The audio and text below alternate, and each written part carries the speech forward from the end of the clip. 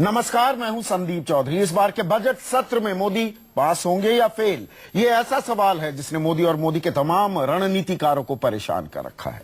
दरअसल इस बार बजट सत्र में भूमि अधिग्रहण कानून और इंश्योरेंस बिल जैसे 20 खास बिलों को मोदी सरकार पास कराना चाहती है।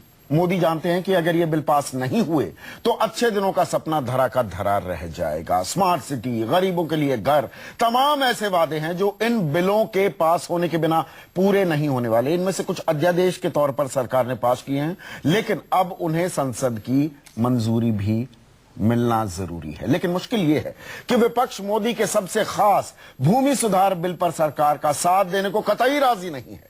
केंद्र ने भी राष्ट्रपति के भाषण से जता दिया है कि जमीन के मुद्दे पर वो पीछे हटने के मूड में नहीं है। तो दूसरी तरफ जंतर मंतर से अन्ना हजारे की धमकी से मोदी सरकार की नींद उड़ गई है। अन्ना ने साफ शब्दों में कह दिया है कि भूमि अधिग्रहण कानून को वापस लो, वरना जेल भरो आंदोलन के लिए तैयार रहो। इसीलिए आज का सबसे बड़ा सवाल, क्या भूमि अधिग्रहण कानून पर मोदी की मुश्किलें बढ़ा देंगे अन्ना हजारे? सवाल यह भी, क्या विपक्ष को साधने में मोदी की रणनीति फेल हो गई है? और सबसे अहम सवाल, क्या इस बार का बजट सत्र मोदी की सबसे बड़ी अग्नि परीक्षा है? तमाम सवालों के जवाब तलाशेंगे, कुछ खास मेहमान मेरे साथ जुड़ेंगे, लेकिन पहले नजर इस रिपोर्ट पर।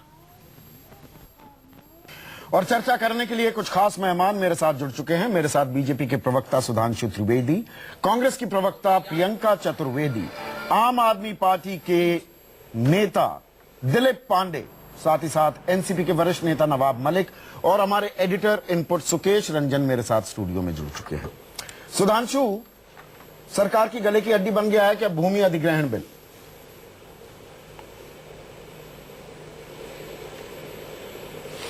देखिए, भूमि अधिग्रहण बिल के संदर्भ में हमारा बहुत स्पष्ट मानना है कि किसानों के हितों को लेकर हम पूरी तरीके से सजग हैं, प्रतिबद्ध हैं। परंतु इसको लागू करने के बाद कुछ व्यवहारिक समस्याएं कुछ बिंदुओं के ऊपर आई हैं। उन बिंदुओं के बारे में हमारा सरकार में विचार विमर्श चल रहा है और उन बिंदुओं पर भी कोई कार्रवाई करते हुए किसानों के हितों को किस प्रकार से पूर्णतः सुरक्षित रखा जा सके और उनके इंटरेस्ट को पूरी तरीके से सिक्योर रखा जा सके, उसके लिए जो आंदोलनकारी लोग हैं उनके साथ भी बातचीत चल रही है। सुधांशु, मेरा सवाल इसलिए क्योंकि यूपीए की, कांग्रेस की अगुवाई वाली यूपीए सरकार ने जब भूमि अधिग्रहण बिल बाकायदा कानून के तौर पर पास किया, संसद के दोनों सदनों से यह सर्वसम्मति से पास किया गया। उस वक्त की नेता प्रतिपक्ष लोकसभा में सुषमा स्वराज थी। उन्होंने जो संशोधन दिए वो भी यूपीए ने कबूले थे। आपके उपनेता जो थे विपक्ष राज्यसभा में, रविशंकर प्रसाद, उनकी बात भी मानी गई। स्टैंडिंग कमेटी की अध्यक्ष सुमित्रा महाजन थी, जो आपकी वरिष्ठ नेता, आज की जो स्पीकर हैं। जब वो, उस वक्त आपको कोई दिक्कत नहीं थी मौजूदा स्वरूप से, जिस भी स्वरूप से संसद ने उसे पास किया, तो उसमें बदलाव, संशोधन और उन्हें भी अध्यादेश के तौर पर पेश करने की जरूरत क्या थी? देखिए, इसमें कहीं कोई विरोधाभास नहीं है। ये जो तीनों उदाहरण आपने दिए कि हमारी तत्कालीन नेता प्रतिपक्ष, उपनेता और स्टैंडिंग कमेटी के चेयरमैन, ये सिर्फ ये दर्शाता है कि हम इन किसानों से जुड़े मामलों को लेकर कितने सजग थे और कितने क्रियाशील थे। सर, वो लागू भी नहीं हो पाया जमीन पर कभी। था तो उस पर सिर्फ एक बात कहूं, कानून कभी जमीन पर लागू नहीं हो पाया, उससे पहले आप संशोधन पर आमादा हो गए। हाँ, मैं उसी बिंदु पे आ रहा हूं। हाँ। पहली एक वाक्य और कहना चाहूंगा कि भाई, कांग्रेस अगर इस पे बात करती है तो 1892 का कानून, जब लॉर्ड एल्गिन वाइसरॉय हुआ करते थे, हाँ। वो इनको 67 साल में आखिरी के 3 महीने में याद आया था, इसलिए वो तो चैंपियन न बने तो अलग अच्छा रहेगा। चैंपियन की बात नहीं है, जब आप भी मुहर लगाई। देश को लाते हैं, उस एक्ट को लाते हैं, हाँ मैं कह तो रहा हूं, हम लोगों ने उसको लागू किया। ये जो आप प्रश्न पूछ रहे हैं, ये तो ऐसा हो गया कि संविधान एक बार बना तो संशोधन उसमें होना ही नहीं। अरे अभी तो वो लागू भी नहीं हुआ था। जब आपने लागू कर दिया, वो कानून जमीन पर लागू भी नहीं हो पाया, उससे पहले आपने उसका बिल्कुल फिर से बदलाव कर दिया। उदाहरण के सहित आपको बता रहा हूं, मतलब आपने चूक की थी। क्या बीजेपी ये मानने को तैयार है यूपीए के लैंड बिल को पास कराने में आपने सर्वसम्मति से जो उसको मुहर लगाई वो गलत था, जल्दबाजी में आपने फैसला ले लिया? क्या आप ये मानने को तैयार हैं? जी नहीं। जब कोई चीज, जैसे आप ये नहीं कह सकते कि संविधान में 100 संशोधन हुए, इसका मतलब संविधान गलत पारित हो गया। नहीं, क्या ये तर्क सही है क्या? नहीं है ना। साल भर भी नहीं हुआ सर उसे पास हुए, जमीन पर लागू नहीं हुआ सुधांशु, आपको बता रहा हूं, जमीन पर लागू नहीं हुआ। अभी तक तो यह भी नहीं पता कि वो बिल सही था, वो कानून सही होता या ना होता। किस मजबूरी में आपने इतने संशोधन कर दिए और अध्यादेश के तौर पर ले आए उसे? देश ये जानना चाहता है सुधांशु। हाँ, मैं आपको उदाहरण के साथ बता रहा हूं, जैसे उसमें नेशनल सिक्योरिटी के ऊपर अधिग्रहण के लिए सरकार को अधिकार है, मगर केवल अर्जेंसी का क्लॉज, यानी जब राष्ट्रीय सुरक्षा के लिए आपदा की परिस्थिति बन गई हो तभी अधिग्रहण कर सकते हैं। अब आपदा की उपस्थिति का यदि हमने उसमें हम अर्जेंसी वर्ड हटा रहे हैं, राष्ट्रीय सुरक्षा के लिए किसी भी प्रकार का आवश्यकता हो, मान लीजिए हमें अपना परमाणु का न्यूक्लियर इंस्टॉलेशन बनाना है, तो वो आपदा, मान लीजिए आपको अस्पताल बनाना है, अगर ऐसा करना, मान लीजिए आपको अस्पताल बनाना है, देश के ऊपर, मान लीजिए आपको स्कूल बनाना है, कर सकते हैं, मान लीजिए आपको होटल बनाना है, जो कि बाद में विचार करने के बाद, नहीं सुधांशु, मान लीजिए आपको स्कूल बनाना है, मान लीजिए आपको एक होटल बनाना है, मान लीजिए आपको मल्टी स्पेशलिटी एक हॉस्पिटल बनाना है, ये भी अब उसमें आ जाएंगे ना अर्जेंसी में। आपको 70% गांव वालों की सहमति की जरूरत नहीं। ऐसी आपाधापी हड़बड़ी क्यों? अरे संदीप जी, मैंने नेशनल सिक्योरिटी बोला। हाँ, मैं आप समझ रहे हैं मैं क्या पूछ रहा हूँ आपसे? राष्ट्रीय सुरक्षा पे अर्जेंसी कौन हटाया है? आप समझ रहे हैं मैं क्या पूछ रहा हूँ? अस्पताल बनाना राष्ट्रीय सुरक्षा का विषय नहीं। I am talking about national security. राष्ट्रीय सुरक्षा में भी अर्जेंसी वर्ड पड़ा हुआ था। रिटॉर्ट दे रहा हूँ आपको। ध्यान में आता है कि अगर केवल हम आपदा की स्थिति में राष्ट्रीय सुरक्षा का डालते हैं तो राष्ट्रीय सुरक्षा के लिए आपदा के प्रीएम्प्ट करने के जो हमारे तैयारियां हैं वो बाधित हो सकती हैं। इस ढंग के कुछ चीजों के बारे में इसमें दिक्कत क्या है प्रियंका? आपको संशोधन करने प्रियंका दिक्कत क्या है? जो बात सुधांशु कह रहे हैं, भाई राष्ट्रीय सुरक्षा राष्ट्रीय आपदा का मसला है, अर्जेंसी क्लॉज इन्वोक करना चाह रहे हैं, तो दिक्कत क्या है? नहीं, दो तीन चीजें यहाँ पे हैं, सिर्फ अर्जेंसी क्लॉज को लेकर नहीं है। अगर हम ऑर्डिनेंस जो अभी सुधांशु जी बात कर रहे थे, बहुत बड़ी बात कर रहे थे, और सबसे बड़ी प्रॉब्लम मैं भारतीय जनता पार्टी की यही कहती हूँ कि कोई भी इनसे सवाल पूछा जाए तो वो नेशनल सिक्योरिटी की बात करते हैं, नेशनल इंटरेस्ट को लेकर बात करते हैं, जबकि पूरा जो डिबेट है उसके बेसिस का ही नहीं है। आप ऑर्डिनेंस लाए, आपको पहले आपने सारे जो भी आपकी रिक्वेस्ट थी चेंजेस करने की, हमने सबको मानकर हमने चेंजेस किए और हमने इसको एक एक्ट बनाया। वो एक्ट जब तक रीइंफोर्स होता है या शुरुआत होती है उसकी, उससे पहले आप ऑर्डिनेंस ले आए। अगर आपको विचार विमर्श करना ही था किसानों से, ऑपोजिशन से, तो ये आपको ऑर्डिनेंस की जरूरत ही नहीं थी। आपको ये पार्लियामेंट में डिस्कशन होना चाहिए था, सबको सहमति बनानी चाहिए थी, फिर होता। दूसरी बात, इंफ्रास्ट्रक्चर डेवलपमेंट के नाम पे आप हॉस्पिटल्स, होटल्स और आपने क्या क्या उसके दायरे को बढ़ा दिया है। आपने जो किसानों के हक हैं उसको हटा दिए हैं। 5 साल के उनके पास छूट थी कि 5 साल बाद अगर काम शुरू नहीं होता है तो वो अपनी जमीन वापस मांग सकते हैं, आपने वो उनसे ले लिया है। आपने जो कार्रवाई करने की बात है कि अगर करप्शन पता चला है कि कोई करप्ट उसमें ब्यूरोक्रेट है, उस पर हम कार्रवाई कर सकते हैं, वो आपने हटा दिया है। तो आप किस संशोधन की बात कर रहे हैं? आप किस नेशनल सिक्योरिटी की बात कर रहे हैं? आप सरकार का ये अध्यादेश पास नहीं होने देंगे संसद में? बहुत सारी चीजें हैं जहाँ से किसानों का हक खींचा जा रहा है।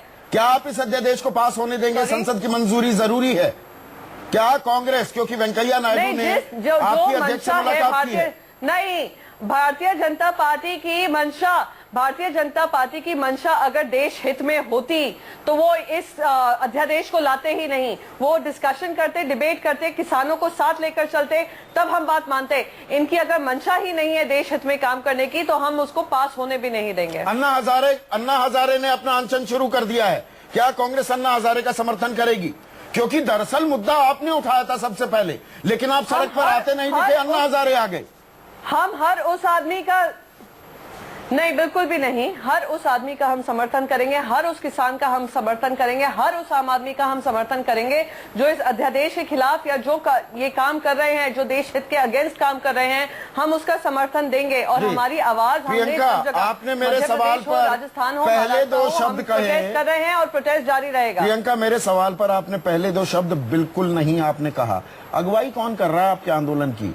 आपके उपाध्यक्ष, आपके नेता राहुल गांधी। स्कूल शुरू होता है, ये ट्वीट होने लगा है, सोशल मीडिया में बात हो रही है, स्कूल शुरू होता है, वो छुट्टी पर चले गए। स्कूल शुरू हुआ नहीं, यानी कि बजट सत्र शुरू नहीं हुआ, वो छुट्टी पर चले गए। ये कांग्रेस की गंभीरता दिखाता है इस मुद्दे पर। नहीं, मुझे एक बात बताइए, लीडर ऑफ ऑपोजिशन के राहुल गांधी हैं, राज्यसभा में, लोकसभा में किस तरीके से बजट सत्र को वो असमंजस में डाल गए हैं उनके प्रेजेंस ना होने से। कांग्रेस पार्टी बिल्कुल प्रेजेंट है, हमारे सारे लीडर्स वहां पे प्रेजेंट हैं, हमारे प्रोटेस्ट सब तरफ जारी हैं। तो आप मुझे बताइए उनका होना ना होना उससे बजट सत्र में क्या फर्क पड़ रहा है? यानी कि कांग्रेस कोई सहयोग नहीं करने वाली है, कांग्रेस अपनी तरफ ध्यान नहीं देती है। एक मिनट संदीप जी, आप लोग, मैंने इतने डिबेट्स अटेंड किए जहां पे हमसे कहा जाता है कि कांग्रेस अपने ऊपर ध्यान नहीं देती है, दूसरों पे आरोप लगाती रहती है। अब हमारे वाइस प्रेसिडेंट हैं जो कह रहे हैं हम अपने ऊपर ध्यान देंगे, जो भी चेंजेस है हमें करने हैं हम करेंगे, इसलिए वो आ नहीं रहे हैं पार्लियामेंट में, तो आप उस पर भी सवाल खड़े करेंगे। बिल्कुल करेंगे। लैंड ऑर्डर ये पूरा देश जानना चाहता है, किसानों की हालत, ये पूरा देश जानना चाहता है राहुल गांधी कहाँ है। खबरें आपकी तरफ से ये आ रही थी 25 तारीख को राहुल गांधी खुद जंतर मंतर पर बैठेंगे। राहुल गांधी नदारद है।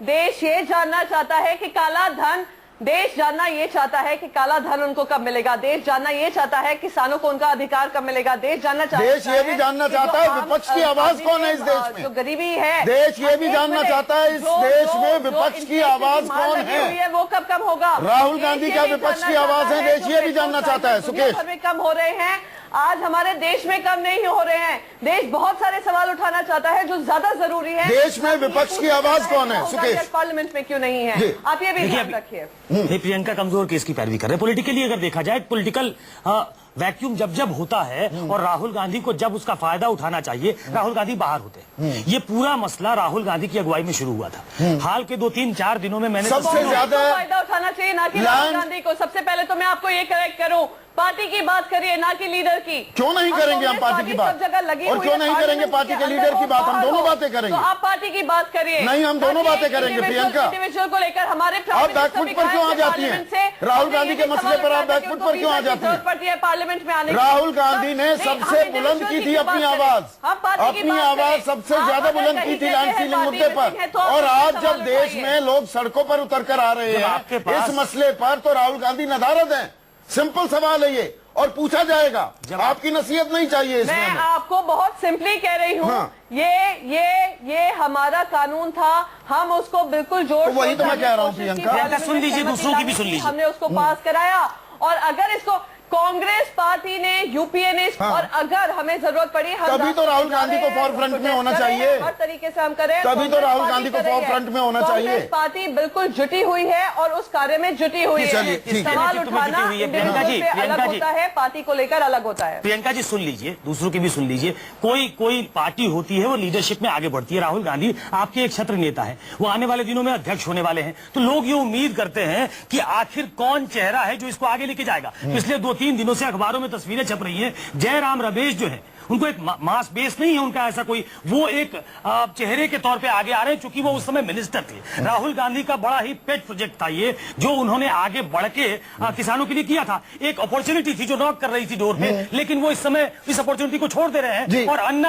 अगुवाई कर रहे हैं इस पूरे आंदोलन की। नवाब मलिक, ये एक अपॉर्चुनिटी आप मिस कर रहे हैं ना। नवाब मलिक, मुझे ये बताइए, बारामती में, एक मिनट प्रियंका, अब आप टची हो जाती है। राहुल गांधी के मामले में कांग्रेस के सब नेता टची हो जाते हैं। नहीं, आप जवाब नहीं दे पा रही है, उसको छोड़िए।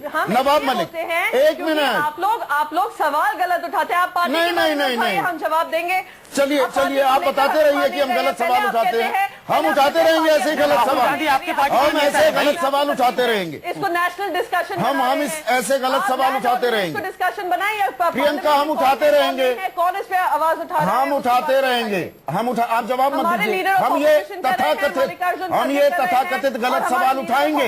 राज्यसभा भी उठा रहे, गुलाब हम तथाकथित गलत सवाल उठाएंगे। आप मत दीजिए जवाब। दे रही हूँ आपको। हाँ, कोई बात नहीं। नवाब मलिक, और मैं जवाब भी दे रही हूँ, नवाब मलिक, राज्यसभा हुआ या चलिए अब ठीक है ना, आया है, और प्रोटेस्ट भी हमने किए हैं, हमारे सारे विंग्स जुटे हुए हैं इसको प्रोटेस्ट करने में। मैंने आपको जवाब दे दिया। नवाब मलिक, मुझे ये बताइए, एनसीपी की पोजीशन क्या है भूमि अधिग्रहण अध्यादेश पर? क्या सरकार को सपोर्ट करेंगे? सर, सवाल इसलिए भी, चारों खाने ये चर्चा हो रही है कि भाई बारामती में मंच साझा कर लिया नरेंद्र मोदी ने आपके अध्यक्ष शरद पवार के साथ, तो कहीं कोई डील हो गई, कोई बातचीत हो गई है। आप समर्थन दे सकते हैं सरकार का, सच है क्या? स्पष्ट रूप से पार्टी ने स्टैंड लिया है कि भूमि अधिग्रहण जो अध्यादेश था, जो बिल के रूप में आएगा, उसका पार्टी विरोध करेगी। ये पार्टी की स्पष्ट भूमिका है। एक, हमने जब चर्चा शुरू की तो भारतीय जनता पार्टी के हमारे मित्र सुधांशु जी ने कहा कि सरकार इस पे कुछ विचार कर रही है। पार्लियामेंट में बिल लाने से पहले अगर सरकार कोई अध्यादेश निकालती है तो कैबिनेट उस पे पूरी तरह से विचार करके सरकार का अंतिम फैसला होता है, और कोई अध्यादेश निकालने के बाद सभी लोगों से चर्चा करने के दरवाजे नहीं होते। पहले ये पार्लियामेंटेरियन डेमोक्रेटिक जो सिस्टम है हमारे ये है। अगर आप कहते हैं कि अंग्रेजों के जमाने के कानून था, ठीक था, उसके बाद शहरीकरण होने लगा, कारखाने लगने लगे, किसानों का आंदोलन होने लगा, किसानों पे अन्याय होने लगा, तब सभी लोगों को जमीन पर भी जो संगठन काम करने वाले थे उनको विश्वास में लिया गया, पार्लियामेंट की स्टैंडिंग कमेटी को विश्वास में लिया गया, और मिल के एक परिपक्व कानून देश के अंदर बनाया गया। और एकाएक 8 महीने में ऐसी क्या अर्जेंसी आ गई कि वो कानून गलत है और नए तरीके से नए प्रावधान के साथ कानूनों को लाना है। उसमें सबसे अभी यहाँ क्लॉज बाय क्लॉज चीजों को उठाया जा रहा है। हमें लगता है एक एक क्लॉज उठाएंगे तो बहुत डिबेट उस पर होगा। एक स्पष्ट है कि देश में कुछ पूंजीपति बड़े पैमाने पे जमीनों को हथियाना चाहते हैं, उन्हीं के लिए इस कानून को बनाया गया। आप आरोप लगा रहे हैं अमीरों की सरकार है। बंजर जमीनों को अधिग्रहण कर, नहीं, बिल्कुल सही बात है। ऐसी क्या वजह थी कि जो उपजाऊ जमीनें हैं उनको भी एक्वायर किया जाए, ये भी प्रावधान कर दिया। किसानों की मंजूरी को इसमें से हटा दिया गया। हमें लगता है स्मार्ट सिटी के नाम पर दुनिया के वो पूंजीवादी लोग जो पैसे से पैसा कमाना चाहते हैं, जो मेहनत करके अनाज उगाता है, देश का पेट भरता है, उसकी लूट का ये अध्यादेश है जिसका हम कभी समर्थन अमीरों की सरकार बता रही है एनसीपी किसी भी शर्त पर, किसी भी कीमत पर समर्थन नहीं देगी, ये बात भी साफ हो गई है। अब दिलीप पांडे, मुझे ये बताइए, आप लोग अन्ना हजारे के इस आंदोलन में शामिल होंगे क्या? पहले आपका थोड़ा खेल चल रहा है। अब केजरीवाल और मनीष सिसोदिया अन्ना से मिलने तो चले गए, लेकिन कहा यह जा रहा है कि वो बुला लेंगे तो हम चले जाएंगे, वो कह रहे हैं वो आ जाएंगे तो हम मना नहीं करेंगे। अरे भैया, मंच पर जाओगे या नहीं जाओगे? सीधी बात बताओ। देखिए संदीप जी, अन्ना जी के संघर्ष ने जब उन्होंने अपना संघर्ष शुरू किया, आंदोलन शुरू किया, इस देश को नई दिशा दी है। और अन्ना जी के संघर्ष के साथ हम आत्मा से जुड़े हुए हैं। लेकिन आपको याद होगा, अन्ना जी ने ही कई मौकों पे स्पष्ट किया है कि अपने आंदोलन में वो किसी भी तरह की राजनीतिक पॉलिटिकल एंटिटी को अपना मंच साझा नहीं करने देंगे या कहीं भी अगली कतार में नहीं खड़े होने देंगे। तो हमारी जिम्मेदारी बनती है, हमारे पिता तुल्य, उनका आदेश सर आंखों पे है, लेकिन हमारी जिम्मेदारी बनती है कि उनकी इच्छाओं का सम्मान करें। अच्छा। उनका जो आदेश होगा वो हम करेंगे। और आपको बताना मतलब अन्ना बुलाएंगे तो आप मंच साझा करेंगे? वॉलंटियर्स पार्टी के समर्थित कार्यकर्ता, नहीं तो दिलीप, अन्ना बुलाएंगे तो खड़े हो जाएंगे। और सुकेश यहाँ पर साथ में ऐड कर रहे हैं कि पिछली कतार में खड़े हो जाइए ना, जाकर मंच पर मत आइए। आदेश होगा, जो आदेश होगा, उनका आदेश होगा आप आए और जनता के बीच बैठे, हम जनता के बीच बैठ जाएंगे। उनका आदेश होगा आए और हमारे बगल में बैठे, हम उनके बगल में जाके बैठ जाएंगे। उनके आदेश के बिना हम कुछ नहीं करेंगे। हाँ, तो जंतर मंतर तो जाने वाले हैं। देखिए खबर मुकम्मल नहीं हो पा रही है। हमारे पास खबर ये आ रही है कि अरविंद केजरीवाल, मनीष सिसोदिया अन्ना के आंदोलन में जाएंगे, वो कल जंतर मंतर जाएंगे, मंच साझा करेंगे औपचारिक तौर पर। आम आदमी पार्टी, क्योंकि आपकी दिल्ली में सरकार भी है, इस आंदोलन को समर्थन देगी या नहीं? मैं बिल्कुल क्लियर कट आपका स्टैंड चाहता हूं Dilip, no ifs and buts. देखिए संदीप जी, अगर आप बात कर रहे हैं इसकी कि दिल्ली के अंदर आम आदमी पार्टी की सरकार है, तो सरकार की हैसियत से सरकार का स्टैंड सरकार बताएगी। मैं पार्टी की हैसियत से आपको बता रहा हूं कि तमाम आम आदमी पार्टी के जो वॉलंटियर्स हैं, डेडिकेटेड, जो पूरी टीम में पूरी चुनाव के दौरान हमारे साथ जुड़े रहे, लगे रहे, उनमें से तमाम साथी आज जंतर मंतर पे गर्व के साथ, अभिमान के साथ अन्ना जी के इस आंदोलन में उपस्थित थे, वहां बैठे थे। तो अन्ना हजारे, अरविंद केजरीवाल मिल गए हैं फिर से जमीन अधिग्रहण के मुद्दे पर। क्या ये हेडलाइन चला दूं मैं? अन्ना हजारे और अरविंद केजरीवाल साथ साथ जमीन अधिग्रहण के मुद्दे पर, क्या ये हेडलाइन चला दूं शाम के लिए? अन्ना, मैं वही संदीप जी, मैं वही स्पष्ट कर रहा हूं बार बार कि बिना अन्ना जी की मर्जी के कोई भी पॉलिटिकल पार्टी अलाउड नहीं है उनके मंच को साझा करना, उनकी मर्जी के बिना। चलिए, हम इसका इंतजार करेंगे। एक छोटा सा ब्रेक लेते हैं। Lieutenant colonel retired SP Singh जो इस आंदोलन, अन्ना आंदोलन की बागडोर संभाल रहे हैं, किसानों के हक की लड़ाई लड़ रहे हैं, उनसे भी कुछ सवाल ब्रेक के बाद। बात कर रहे हैं भूमि अधिग्रहण की। मेरे साथ सुधांशु त्रिवेदी, प्रियंका चतुर्वेदी, दिलीप पांडे, नवाब मलिक, सुकेश रंजन और lieutenant colonel retired SP Singh Anna के सहयोगी हैं, जो आंदोलन इस वक्त सड़कों पर चल रहा है उसकी अगुवाई कर रहे हैं। कर्नल सिंह, मुझे ये बताइए, पलवल से आपने अनशन की, आंदोलन की शुरुआत की, अब आप जंतर मंतर पर हैं। सरकार की तरफ से आपसे कोई बातचीत का चैनल शुरू हुआ? सरकार ने पूछा भाई क्या चाहते हो, हम ये दे सकते हैं, इस तरह की कोई बातचीत हुई? सरकार से अभी तक हमारी कोई बातचीत नहीं है। सरकार ने 2 दिन पहले न्यूज पब्लिश किया था कि वो कुछ कंसीडर करेंगे, लेकिन हमें इस चीज का डायल्यूशन बिल्कुल पसंद नहीं है, इसका हल्का बिल्कुल पसंद नहीं होगा। मतलब किसी भी हमारा बातचीत में आंदोलन कर्नल सिंह, बातचीत का मतलब ही होता है कि 2 बातें दूसरे पक्ष की मानो, 2 बातें अपनी मनवा लो या 3 मनवा लो। आप पूरा का पूरा जो ये अध्यादेश है, इसमें जो संशोधन लाए गए हैं, उन्हें हर प्रावधान को हटवाना चाहते हैं, पुराने जमीन अधिग्रहण कानून लाना चाहते हैं जो यूपीए ने पास कराया, या कहीं कोई स्कोप है, कॉम्प्रोमाइज कर सकते हैं, कुछ बातें मान लें, कुछ जस की तस रहें? देखिए, आपने हथियाना शब्द इस्तेमाल किया। किसान लोग हथियाना नहीं चाहते हैं। अगर आप पूरे अध्यादेश को, उसके क्लॉजेस पढ़ें और लैंड एक्विजिशन एक्ट 2013 पढ़ें, उसकी डिटेल्स में स्टडी करें, तो लैंड एक्विजिशन 2013 में जो किसानों को थोड़ी सी सहूलियत दी गई थी, वो सारी की सारी ये बेसिकली किसानों के अधिकारों का हनन है। अगर मैं आपको डिटेल में ये चीजें बताऊं तो आप भी शायद महसूस करेंगे कि किसान को बिल्कुल कुचल कर रख दिया है अगर ये कानून लागू हो गया तो।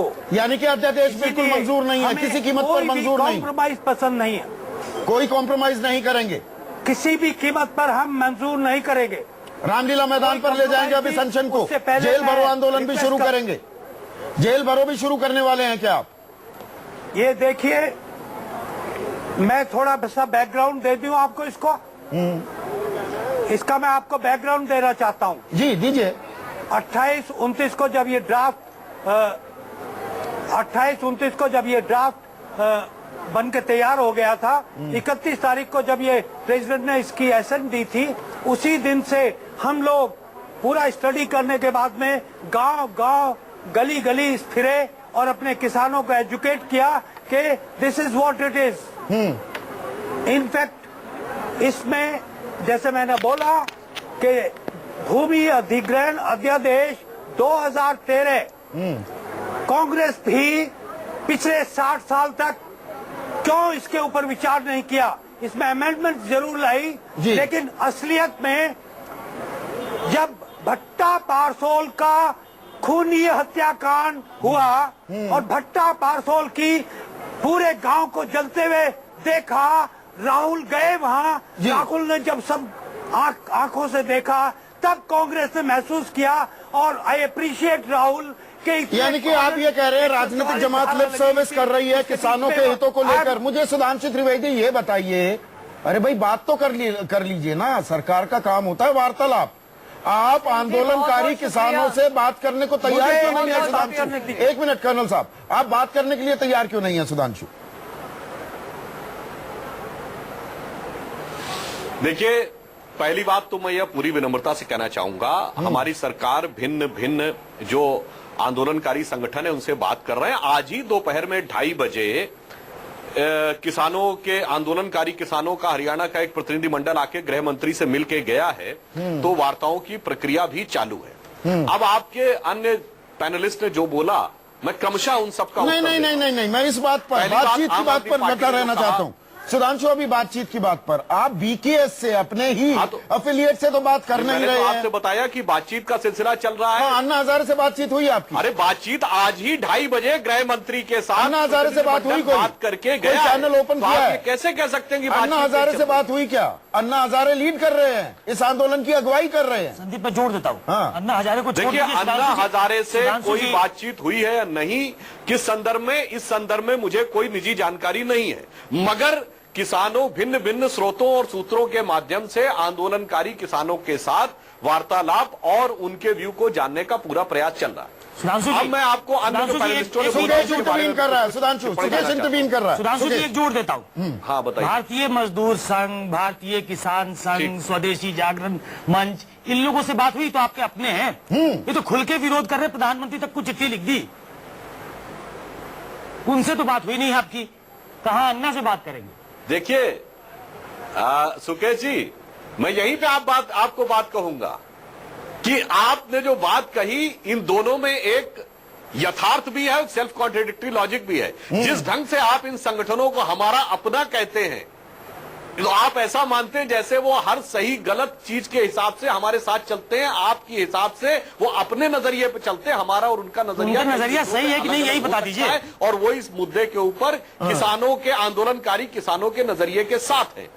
ठीक है, हम उनके साथ भी डायलॉग कर रहे हैं, अन्य लोगों के साथ भी सुधांशु dialogue- वो सीधा कह रहे अब जो मैं बात हैं, करना चाहता हूं देखिए कि आप- आप आम आदमी की बात करते थे, आखिरी पायदान पर जो भारत का नागरिक है उसकी बात कर रहे थे अरे भाई, नरेंद्र मैं- मोदी। संदीप जी, दरअसल मैं विनम्रता देखिए पूर्वक अनुरोध एक करना मिनट चाहता हूं। सुधांशु संदीप जी, सुधांशु एक मिनट सुन लीजिए।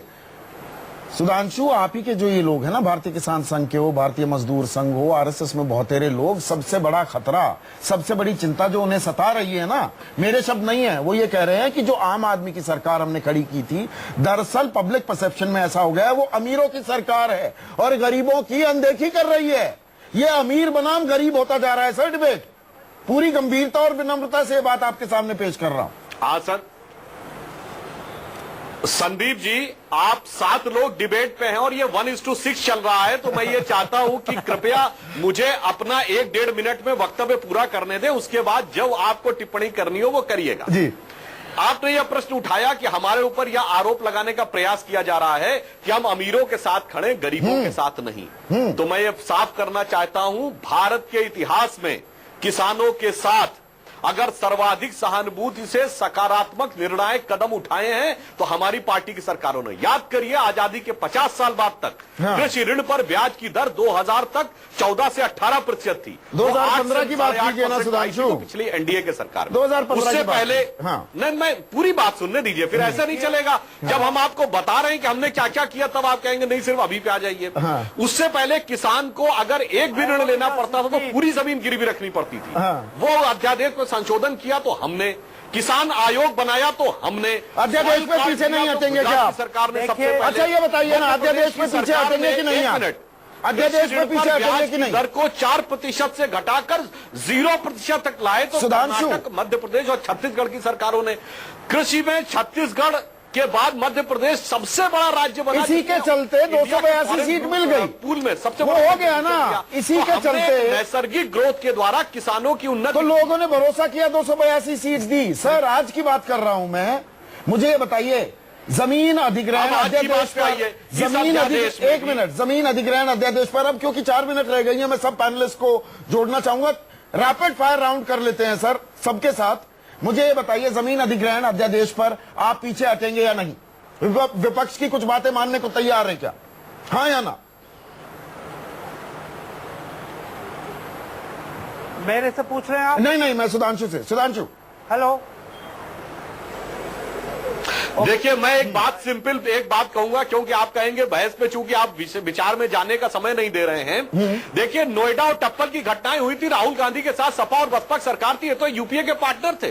इन्होंने क्या किया उस समय किसानों के लिए? दूसरी बात, कांग्रेस के चीफ मिनिस्टर्स ने क्या इस अध्यादेश के संशोधनों के बारे में नहीं बोला है? यदि नहीं बोला है तो मैं उनको पूरी छूट देता हूं। अध्यादेश पर यदि वो पीछे हटने चाहे को तो अपने तैयार नहीं है। राज्यों में संशोधित विधेयक न लागू करके पुराना विधेयक लागू कर तो आप पीछे हटने को तैयार नहीं है। सुनिए, पीछे हटने को तैयार नहीं तो है। अपने राज्यों में संशोधित विधेयक न करके आप यही पुराना विधेयक लागू करें, उनकी स्वतंत्रता है। यदि उनकी प्रतिबद्धता है और उन्हें लग रहा है तो वो वही। ये अब रास्ता आप तलाशने का, ये भी चर्चा का बहुत अहम विषय है। प्रियंका, कैसे प्रावधान है? प्रियंका देखिए, यहाँ पर तरीका ये भी बताया जा रहा है, जो आप बताइए, ये जमीन अधिग्रहण की जो फांस है ना, ऐसा भूमि अधिग्रहण कानून हो। वो मैं समझ गया सर, मैं समझ गया। जो आप बात कह रहे हैं ना कुछ कि आगे ऐसे आप ऐसा भी कर विश्व सकते में कहीं भी, हैं कि बीजेपी शासित दुनिया में राज्यों कहीं में भी हो तो हम इसको भी इनकॉर्पोरेट करने को तैयार है। मुझे दर्शकों को बताने दीजिए, आपने रास्ता बता दिया, जैसे क्या हो आपने सकता 5 है? साल का क्लॉज कहा, हाँ। इंफ्रास्ट्रक्चर प्रोजेक्ट्स तमाम ऐसे हैं जो पाया गया 5 साल में नहीं पूरे हो सकते। सर आपकी इजाजत तो से इसका मतलब वो रेलवे का अगर विस्तार हो रहा होगा और जैसे ही 51वां अरे जिससे काम भी नहीं शुरू हुए हैं उससे भी उनका अधिकार हटाया जा रहा है। सरकार के द्वारा नियंत्रित इंफ्रास्ट्रक्चर प्रोजेक्ट के लिए बात टेलीविजन पे आप यहाँ पे ऑर्डिनेंस के प्रियंका, बारे में दरअसल आकर समझिए, झूठी बातें प्रियंका, ना करें। प्रियंका, आपसे मैं रिक्वेस्ट करूंगी, प्रियंका, आपने- मैं एक सवाल नहीं, पूछ लूं ना मुझे नहीं आपसे। समझना है, मैं बहुत क्लियरली समझ गई हूँ।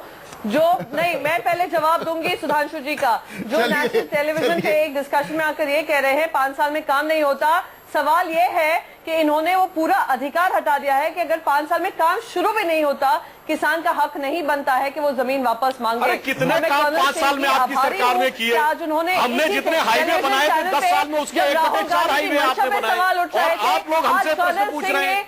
राहुल गांधी जी जो कि फैशनेबल किसानों को सहानुभूति दिखाने जाते हैं, हमारे नेता ऐसे हैं जो गांव में गांव की मिट्टी में पैदा चर्चा राहुल गांधी पर नहीं है, चर्चा भूमि अधिग्रहण पर है। मंत्री राधा मोहन सिंह हो या राजनाथ सिंह जी हो या वेंकैया नायडू हो या मोदी जी हो, अन्ना जी ने सबसे आपकी पहले तरह राहुल गांधी फैशनेबल को जो है वो अप्रिशिएट सहानुभूति किया। रखने वाले आज नहीं जब वो है फार्मर्स कि के बारे में बात सहानुभूति करते हैं, आज चले। आप देखिए, ये तू में मैं हो गई शुरू। जब सवाल उठना चाहिए सरकार की मंशा का, आप लोग मंशा सवाल उठा रहे हैं राहुल गांधी चलिए की मंशा नवाब पे। मलिक साहब, आज कर्नल सिंह ने आपको नवाब मलिक जवाब साहब दिया है 30 इसका। सेकंड है मेरे पास। प्रियंका, नवाब मलिक साहब मुझे ये बताइए, सुधांशु ने राह दिखा दी क्या? दरअसल आने वाले दिनों में क्या ये हो सकता है कि ये मामला अधर में लटक जाए, बीजेपी अपने शासित राज्यों के मुख्यमंत्रियों को कह दे कि इस अध्यादेश को लागू कर दो, उसको प्रेसिडेंशियल एक्सेंट मिल जाए, अनुमति मिल जाए तो वो कानून बन जाएगा स्टेट्स में, और हो सकता है कि जेपीसी एक संयुक्त संसदीय कमेटी का भी गठन हो।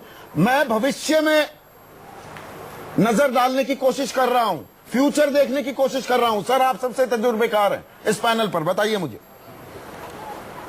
भविष्य व्यापारियों के हैं। नहीं, पार्लियामेंट के किसानों सदन के में नहीं ये है पास भविष्य भी करा इस लेंगे बात तो अपर हाउस में ये पास नहीं हो पाएगा। हाँ। और जब तक पार्लियामेंट में पास नहीं होगा तो राज्य सरकारें इसको मॉडल एक्ट के तौर पे अडॉप्ट नहीं कर पाएंगी, ये सबसे पहले समझना पड़ेगा। हम चाहते हैं कि आप जो पुराना विधेयक 2013 में बनाया गया उसमें कुछ अमेंडमेंट है तो लाइए, सबको बिठाइए, चर्चा करिए। और कहीं लगता है कि विकास में रोड़ा बन रहा है तो चर्चा के माध्यम से हो सकता है। सबसे यानी कि पहले चर्चा पर सबका जोर है कि चर्चा कर लीजिए, एक दूसरे से कुछ विचारों का आदान प्रदान हो जाए। दिलीप पांडे, बहुत बहुत शुक्रिया, आपका थोड़ा कम समय दे पाया। प्रियंका, सुधांशु, सुकेश रंजन, नवाब मलिक साहब और कर्नल सिंह, आपका बहुत बहुत शुक्रिया। ये चर्चा और भी आगे बढ़ेगी आने वाले दिनों में, और इसकी जो है ना, जो तकनीकी पहलू हैं, जो इसकी बाल की खाल निकालने की प्रक्रिया है, अब वो भी शुरू होने वाली है। ये मैं आपको पूरे भरोसे के साथ बता सकता हूं। आज सबसे बड़ा सवाल में बस इतना ही। नमस्कार।